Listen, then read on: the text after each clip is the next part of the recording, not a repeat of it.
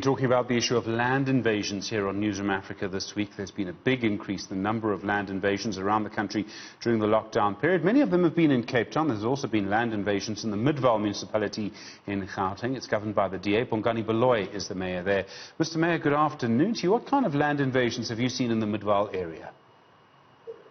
Well, good afternoon and thank you for having me on the show.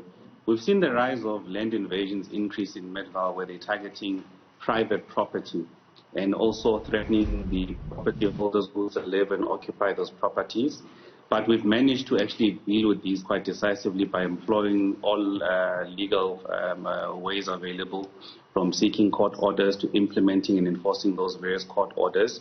So we've managed to bring about the law and enforcement in a very strong way to send a very clear message that we will not tolerate any illegal land invasions, and more so the threatening of people's primary rights where they deliver those. And I mean, these are led by syndicates who are making money out of this by taking advantage of the genuine needs our people have and the frustration that our people have. But we call on our people to really desist from this practice, because at the end of the day, it really does only end in tears. Okay, you're saying it's been arranged by syndicates. So you're saying there's a criminal motive, profit motive, rather than a political motive? Absolutely, there's a criminal motive which is selling these pieces of stand, whom are also capable of also employing legal services of various companies. And you ask yourself, how do they afford those? Oh, I see. So in other words, when you go to court, someone actually opposes you. Exactly. So they hire people to oppose, but we've been quite successful in the seeking of the court orders and the subsequent implementation of those court orders. Okay, there are two ways, as I understand it, to remove someone who moves into a piece of land. There's the court order, Prevention of Illegal Eviction Act. You go to court, you say this person's here illegally, the judge agrees or disagrees. If they agree, you can remove the person. I've thoroughly simplified that, oversimplified that. And then you have the other legal principle, which I understand is called counter-spoliation. In other words, if someone owns a piece of land and someone comes in and damages that piece of land, you're allowed to remove them within 48 hours. Are you getting a court order in each case, or are you relying on that legal principle of counter-spoliation? Look, we've relied on the legal principle of firstly going to court to prevent, or as they are setting up the structures, to get a court order for that, because we found the spoliation has some limitations.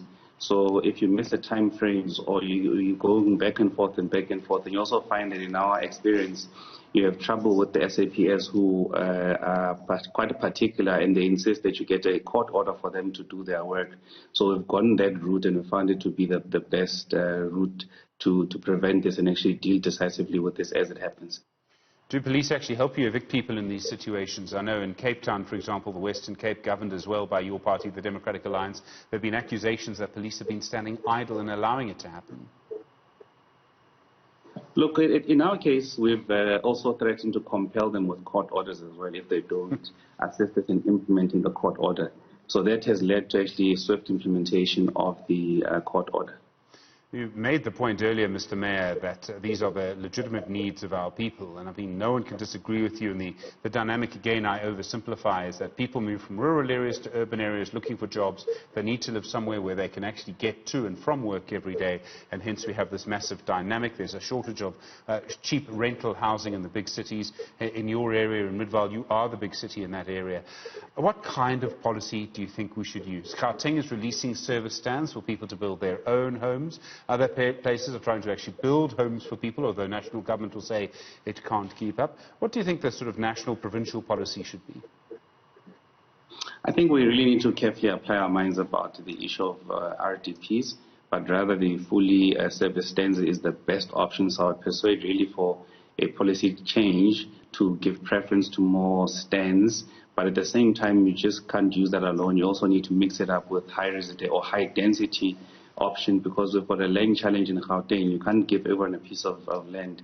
So you need to employ densification, strategic densification, but that has to be anchored only by economic growth, because it quite defeats the purpose to plant a settlement in the middle of nowhere without any amenities and not any economic activity. So effectively you then adding another hole into the fiscus, because that's all that happens. It draws from the fiscus from water losses, electricity losses, and expectation to deliver services at the same rate as the established areas in those places. So I think a combination, but all of that has to be anchored on economic viability and economic participation and opportunities.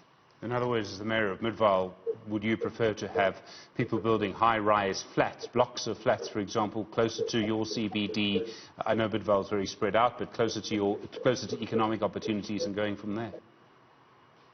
I would prefer a combination, but that combination has to be anchored on economic growth.